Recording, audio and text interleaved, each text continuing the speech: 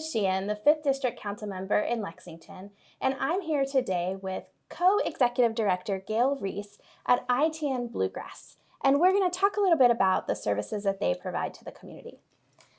Hi, Gail. Hi, Councilmember Liz. Nice to see you. It's Yes. so hard not to just call you Liz. But I know, we work together in so many different domains. Yes, we do. Can you tell me a little bit about ITN Bluegrass?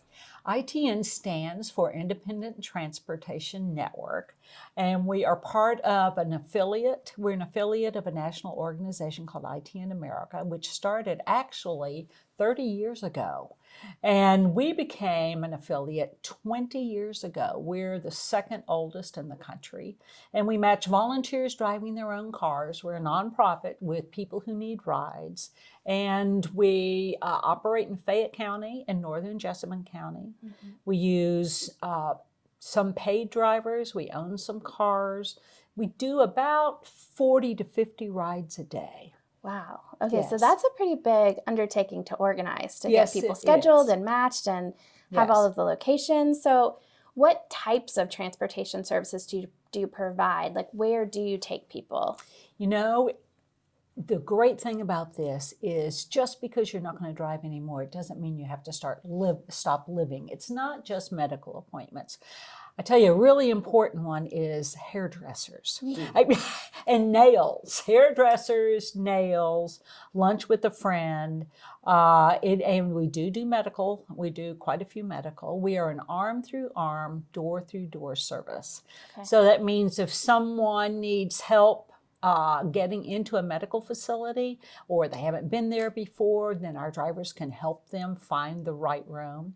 This is for people 16 over or visually impaired adults. So for our visually impaired folks, we can help them also navigate these large centers or any way that they need. Okay, and so you are the Bluegrass division. So Yes. Do you operate solely in Fayette County, or do you go to any of the surrounding counties? When Brandon Crossing opened, now we're in northern Jessamine County. Okay. So we'll go to Brandon Crossing, but we have so much business in Fayette County that's where we limit ours. Now, Versailles has something called Woodford Wheels, which is an affiliate of ITN also, which is not affiliate, a portion of ITN also. Okay. Yeah. So if someone is a community member and they meet your criteria, so a visual impairment or over 60, how did they get in touch with you to let you know they might need this service? The good part about ITN is for our seniors today, we're still phone-based. You can pick up the phone and call someone. And first, it's a membership organization. So we can mail you a membership application, or you can go online, because more and more people are getting to the point where they can go online and do stuff, because my generation's aging and we can do that. But once you become a member, once you fill out the application, we learn what your needs are. Like, do you have any physical things we need to know about? Do you have vision problems? Do you have some memory loss?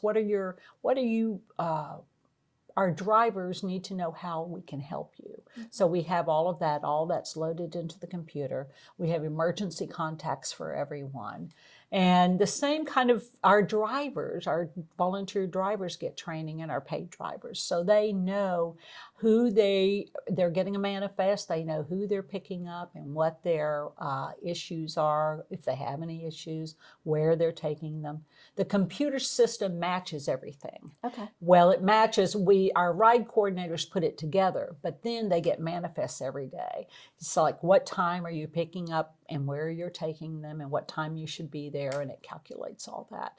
And that was developed out of ITN America, so we use that software. Are there any particular times of year that you see more ride requests, or is it pretty steady across the year?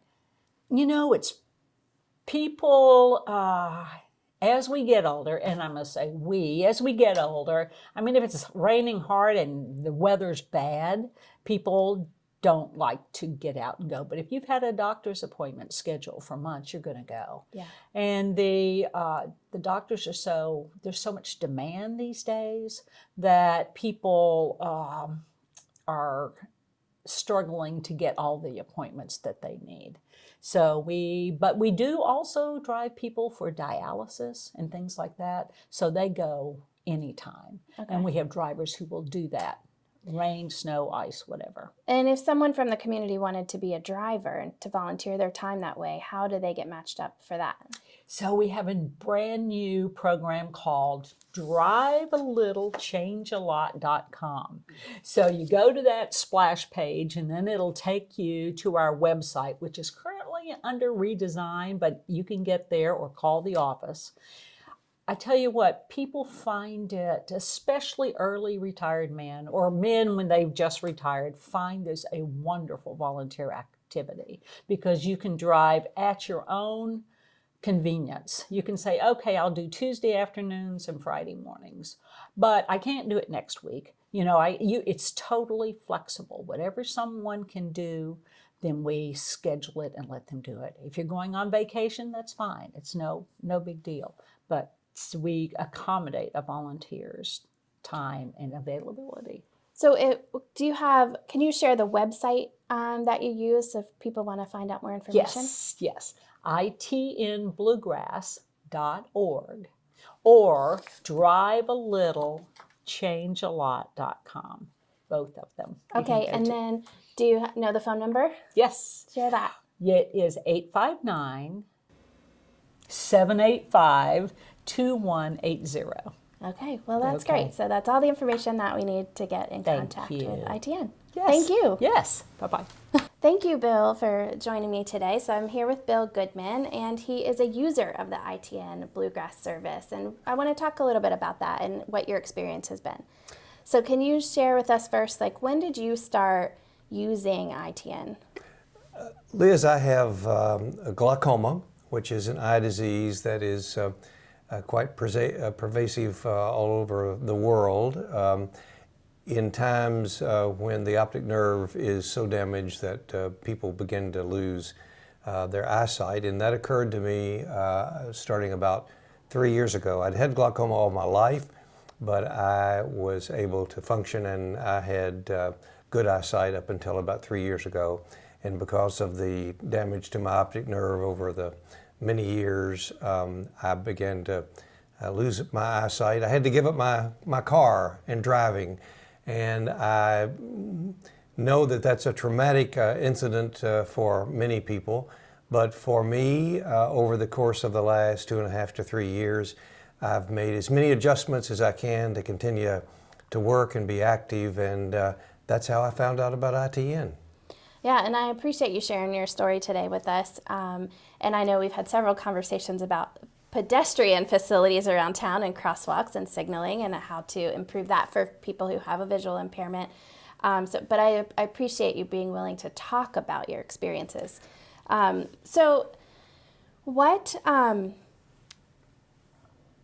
Where does ITN Bluegrass typically take you? What types of appointments do you think, I should use this for that? I have used ITN in a variety of ways. I have them take me back and forth to my ophthalmologist for my regular checkups.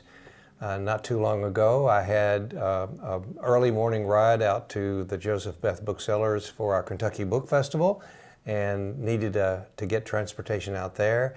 I've had other appointments across town that I didn't think I could walk to. I try to walk as much as I possibly can, but sometimes the distance and the time is difficult. So what I have found is that ITN is available to really go anywhere. In fact, the executive director, Gail Reese, gave me a lift one day to another optometrist down in Nicholasville. And we had a great time chatting about ITN and the service, and I've really gotten involved a lot more in what they're doing. And as Gail has said, they really do need volunteer drivers and more drivers as much as they possibly can, thus the campaign that's going on right now. It's such a great service for not only low vision and people who are totally blind, but others that are either disabled or need some support or help, or as Gail also said, to get their hair fixed. Now, I don't have that problem, so I've not asked for ITN to give me a ride to the barber shop, but it's just such a valuable service for all the citizens in Fayette and Jessamine County. Yeah, and in Fayette County, we've recently been having conversations around microtransit, and I see this as one version of microtransit to a specialized population. So, if as a newer user, what are some of the things that you would want someone to know about this service if they're just getting started and wanting to use it? I think there are a couple of things. First of all, I don't think anyone should hesitate at all to be ashamed or to not